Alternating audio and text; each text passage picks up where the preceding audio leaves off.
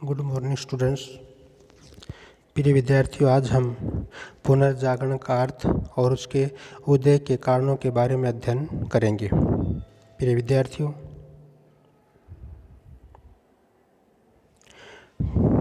14वीं तथा 16वीं शताब्दी के मध्य रूढ़िवादी एवं प्रतिक्रियावादी प्रथा का अंत कर यूरोपीय लोगों में जो नई चेतना, नए जागरण एवं बोध की स्थापना हुई, इसे ही यूरोप का पुनर्जागरण कहा जाता है। प्रिय विद्यार्थियों, अब हम करेंगे पुनर्जागरण का अर्थ। प्रिय विद्यार्थियों, पुनर्जागरण शब्द फ्रांसीसी भाषा के रेनेसां शब्द का हिंदी रूपांतरण है, जिसका अर्थ होता है फिर से जगाना या पुनर्जन्म। प्रोफेसर जॉन थॉमसन के मतानुसार रेनेसां शब्द का प्रयोग सामान्यतः 14वीं शताब्दी में इटली के कला एवं ज्ञान के क्षेत्र में होने वाले नवजागरण के लिए किया जाने लगा। प्रिय विद्यार्थियों, अब हम करेंगे पुनर्जागरण की परिभाषा। इतिहासकार डेविस के अनुसार पुनर्जागरण शब्द मानव के स्वतंत्रता प्रिय साहसी विचारों को, जो मध्य युग में धर्माधिकारियों द्वारा जकड़े एवं बंदी बना दिए गए थे, को व्यक्त करता है। सिमोंड के अनुसार पुनर्जागरण एक ऐसा आंदोलन है जिसके फलस्वरूप पश्चिम के राष्ट्र मध्य युग से निकलकर वर्तमान युग के विचार तथा जीवन पद्धतियों को ग्रहण करने लगे। विद्यार्थियों, अब हम करेंगे पुनर्जागरण के उदय के कारण। प्रिय विद्यार्थियों, पुनर्जागरण के उदय के निम्न कारण थे, जिनका वर्णन हम इस प्रकार से कर सकते हैं। इनमें पहला पॉइंट है धर्म युद्ध। पुनर्जागरण के उदय में धर्म युद्धों ने महत्वपूर्ण भूमिका निभाई। ये धर्म युद्ध 11वीं शताब्दी से लेकर 13वीं शताब्दी तक ईसाइयों के पवित्र एवं धार्मिक स्थल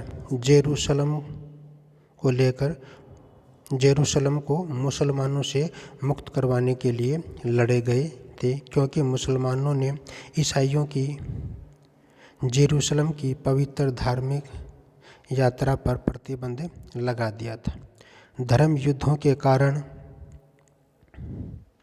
यूरोप के लोग पश्चिम एशिया की सभ्यता और पूर्व के देशों के संपर्क में आए, और जो लोग उन धर्म युद्धों में भाग लेकर यूनान आदि देशों में गए और उन्हें यूनान के प्राचीन ग्रंथों के अनुवादों को देखने का अवसर मिला, इससे उनका अंकगणित, बीजगणित, ज्योतिष और दर्शन आदि से जो संबंधित ज्ञान था, वो ज्ञान बढ़ा।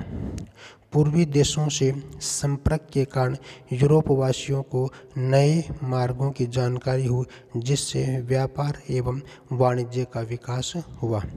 धर्म युद्धों में ईसाइयों की पराजय से ईसाई धर्म गुरु पोप की प्रतिष्ठा को गहरा आघात लगा, अतः धर्म के बंधन ढीले पड़ने लगे और लोगों में एक नया दृष्टिकोण पनपने लगा, जो पूर्व से प्रभावित था। इस प्रकार से धर्म युद्धों ने पुनर्जागरण के उदय में महत्वपूर्ण भूमिका निभाई।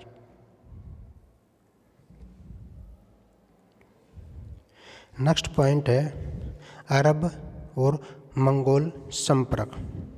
प्रिय विद्यार्थियों, धर्म युद्धों के अलावा पूर्व के ज्ञान को यूरोप में पहुंचाने का कार्य अरबों और मंगोलों ने भी किया था। यूरोप के बहुत से हिस्सों में अब अरब निवासी बस चुके थे। अरब विद्वान स्वतंत्र चिंतन के समर्थक थे। वे प्लेटो व अरिस्टो के विचारों में रुचि रखने वाले लोग थे। उन्होंने यूरोपवासियों की रुचि को प्रभावित किया। मंगोलों के संपर्क से यूरोप में चीन के 3 आविष्कार पहुँचे: कागज एवं मुद्रण, समुद्र में मार्गदर्शन के लिए कुतुबनुमा और युद्ध में प्रयोग करने के लिए बारूद इत्यादि। और इन आविष्कारों के ज्ञान ने यूरोप को गतिशील बना दिया और इस प्रकार से अरब और मंगोलों के संपर्क के कारण यूरोप में पुनर्जागरण का उदय हुआ।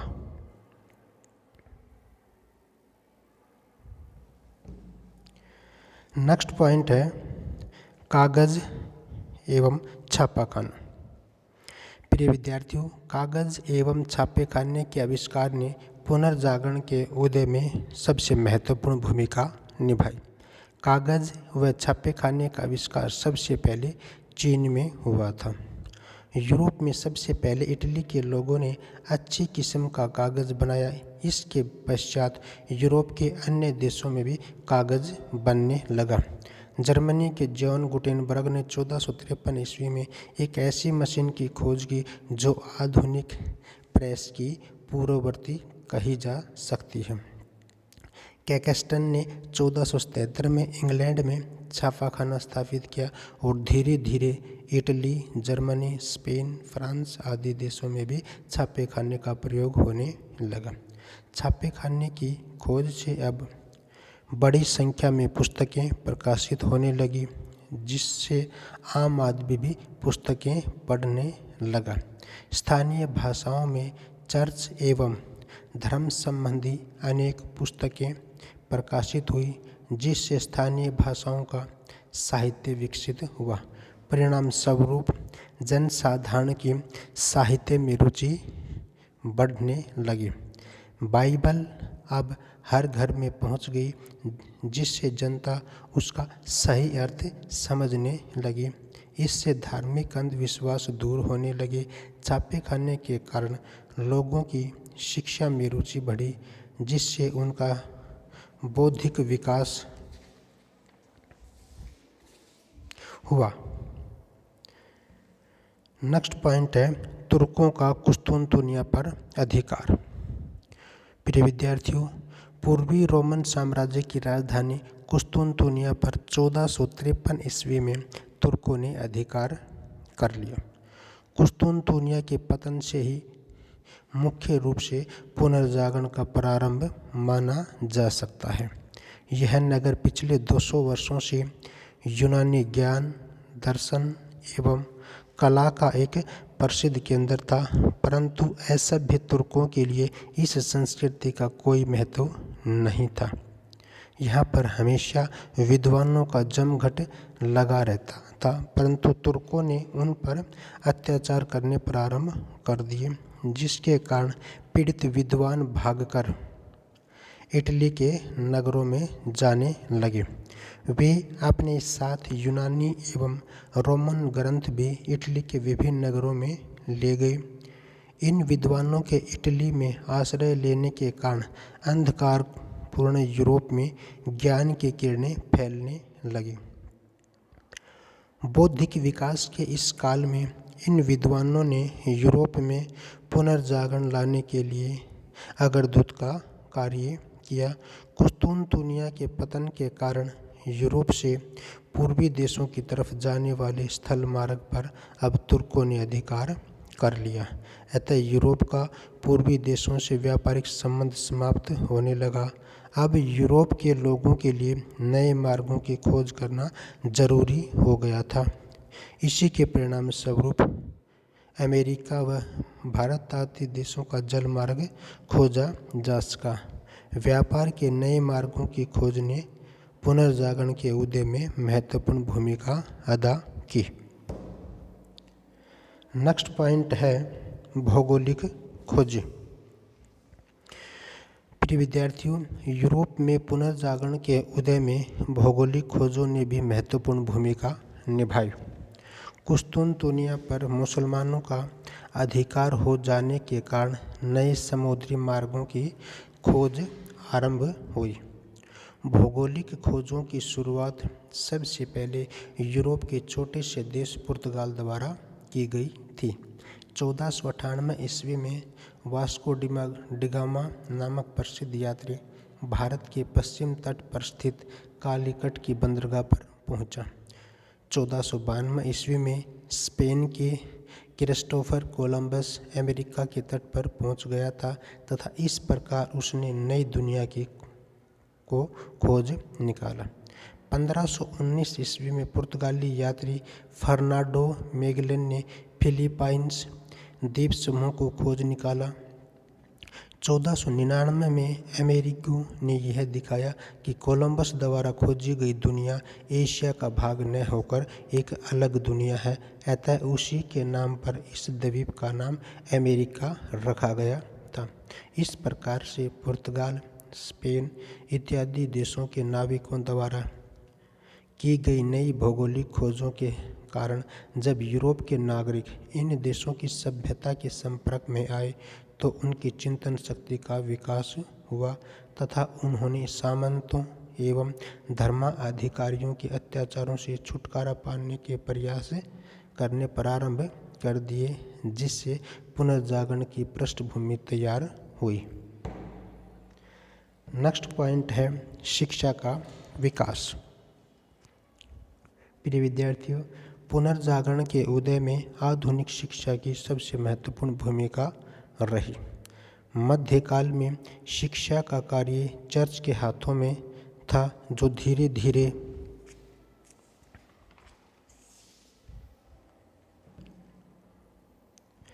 चर्च के बंधन से मुक्त होने लगा।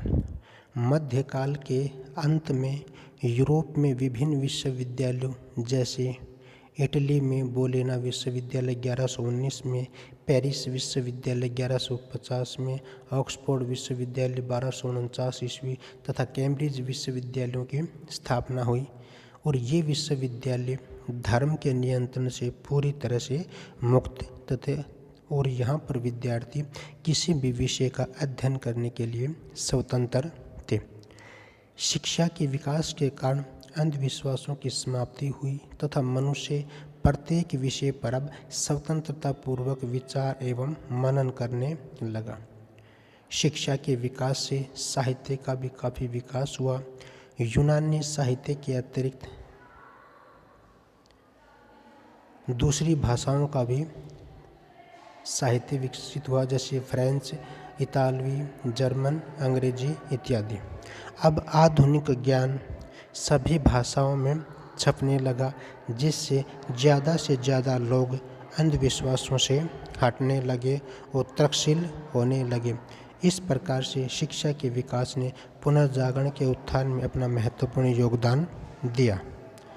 नेक्स्ट पॉइंट है पूंजीवाद का उदय।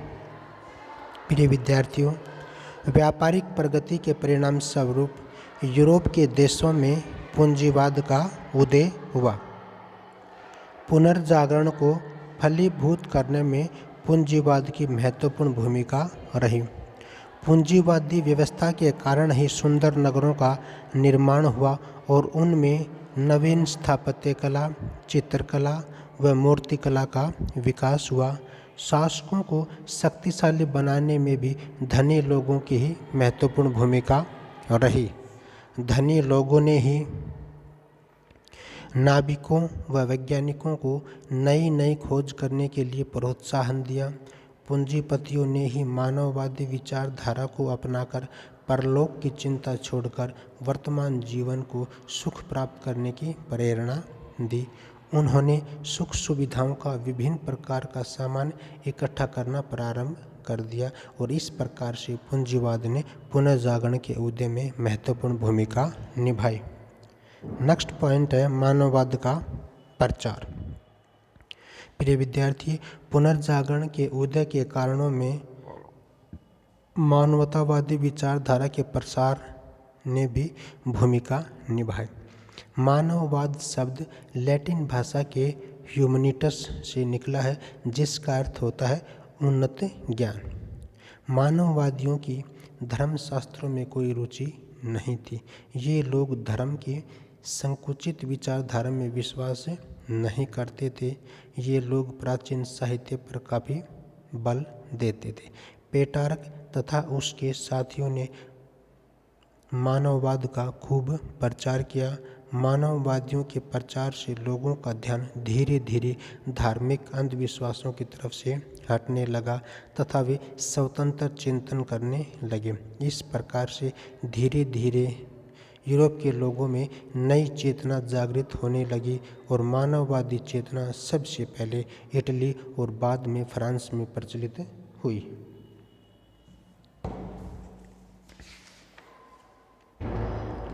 प्रिय विद्यार्थी, अब हम पुनर्जागरण के प्रभावों के बारे में अध्ययन करेंगे और पुनर्जागरण के प्रभाव में सबसे पहला पॉइंट है इटली का साहित्य का विकास।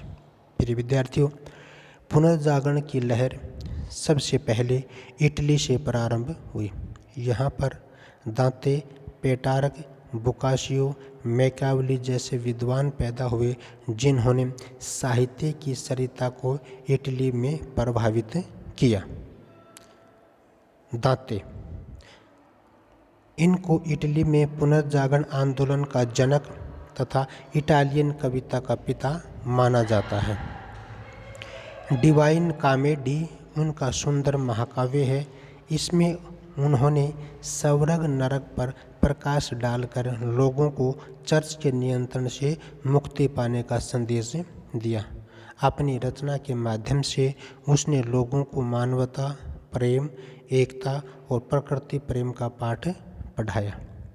पेटारक, इटली का दूसरा प्रसिद्ध कवि एवं विद्वान पेटारक था।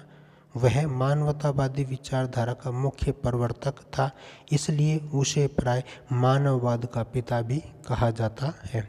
वह इटली के फ्लोरेंस नगर का रहने वाला था। उसकी प्रमुख कविताओं में अफ्रीका, जिसमें उसने रोम के प्रसिद्ध सेनानायक स्किपियो के जीवन का वर्णन किया है। उसकी कविता फेमिलियर लेटर्स भी काफ़ी प्रसिद्ध हुई। नेक्स्ट पॉइंट है बोकाशियो। पेटारक का शिष्य एवं एक प्रसिद्ध कहानीकार थे। उनकी रचना डेकामेरन की गणना विश्व की प्रमुख पुस्तकों में की जाती है। अपनी कहानी के माध्यम से उसने तत्कालीन कुलीन समाज में व्याप्त नैतिक भ्रष्टाचार का चित्रण किया है।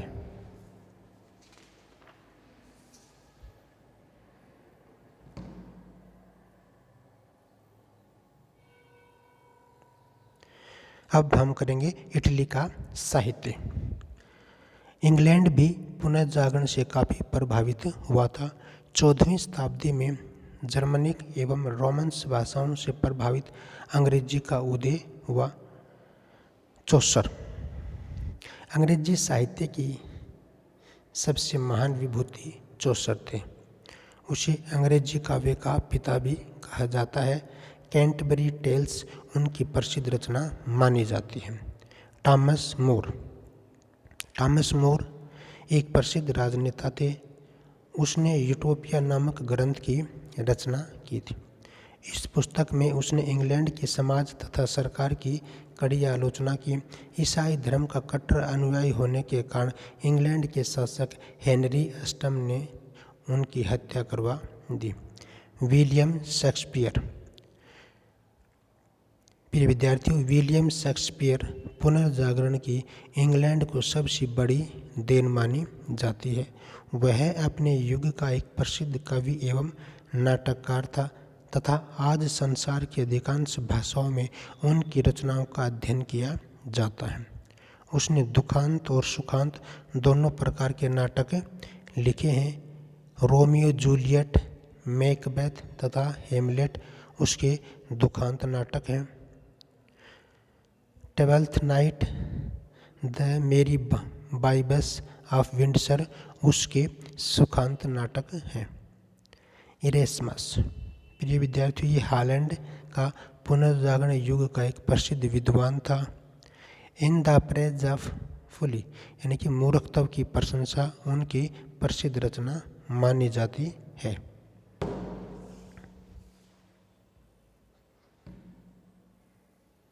मैकियावेली, इटली के फ्लोरेंस नगर का निवासी था। द प्रिंस उसकी प्रमुख रचना मानी जाती है।